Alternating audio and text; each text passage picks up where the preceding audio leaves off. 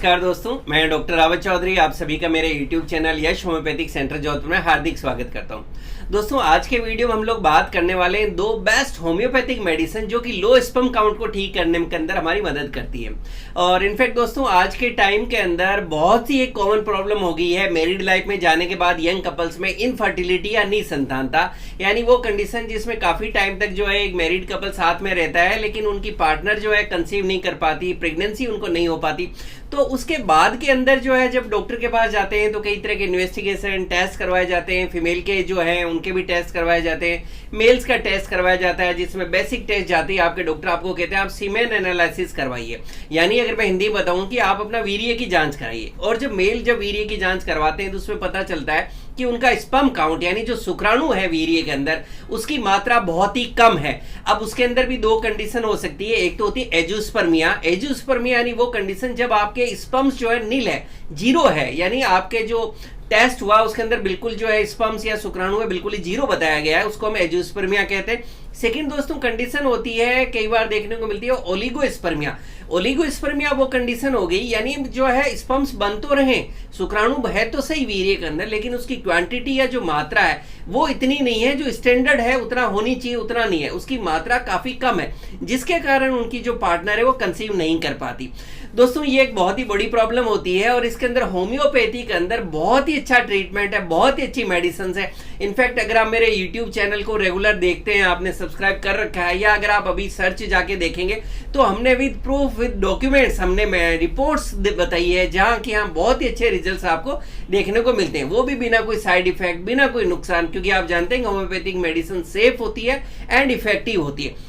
दोस्तों, मेडिसिन पे जाने से पहले एक कारण कि क्या कारण होते हैं, कॉमन कारण जो रूटीन में देखने को मिलते हैं जिसके कारण किसी मेल के अंदर स्पर्म काउंट उनका कम हो सकता है। अगर हम कारण की बात करें तो हर आदमी के अंदर कुछ अलग कारण हो सकता है, लेकिन रूटीन में अगर हम कारण की बात करें तो बहुत ही बड़ा कारण है वो लाइफ स्टाइल। आज के समय के अंदर इनफर्टिलिटी तेजी से बढ़ रही है। इसके कारण क्या है? उसका कारण ये हो गया कि हमारी लाइफ स्टाइल भी जो है बहुत तेजी से बदल गई। दोस्तों, लाइफ स्टाइल की बात करें तो वो लोग जिनको बहुत ही ज्यादा हैबिट होती है स्मोकिंग की यानी धूम्रपान की, वो लोग जो कोई भी फॉर्म में टोबैको या तंबाकू बहुत ज्यादा यूज करते हैं, एल्कोहल का बहुत ज्यादा यूज हो रहा है, कई तरह की ड्रग्स या कई तरह की मेडिसिन, कई तरह के हेल्थ सप्लीमेंट्स के नाम पे अगर कई तरह के केमिकल्स ड्रग्स आप लिए जा रहे हैं, या कई बार अगर आपके डॉक्टर ने भी आपको बहुत से कई तरह की ड्रग्स होती है जैसे स्ट्रेस है, एंजाइटी है, इस तरह की कई तरह की मेडिसिन होती है जो लंबे समय में जाके आदमी की सेक्सुअल लाइफ को अफेक्ट कर सकती है। यानी कोई भी तरह के अगर ड्रग्स पे आप लंबे समय से हो या रूटीन में कोई नशा वगैरह आप कर रहे हैं तो उसके कारण ये काफी कॉमन देखने को मिल सकता है।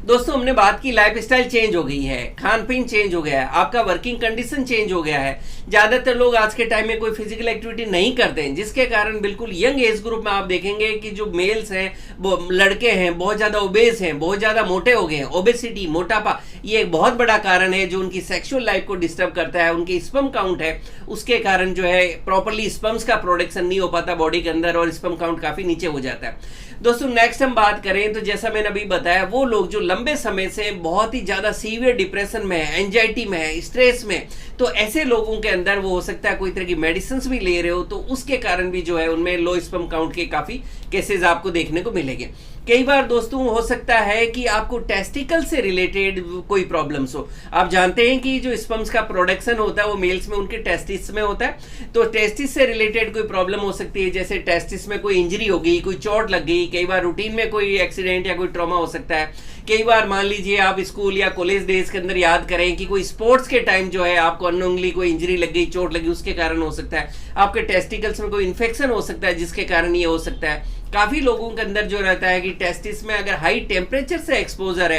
कई लोग जैसे मान लीजिए कोई एक्सरेज वहां पे काम कर रहे हैं, कोई तरह के रेडिएशन का आपका एक्सपोजर है, कई लोग हलवाई का आया या भट्टी वगैरह का कोई काम कर रहे हैं उसके कारण हो सकता है। काफी केसेस के अंदर हो सकता है कि आपको वेरिकोसिल डेवलप हो जाए,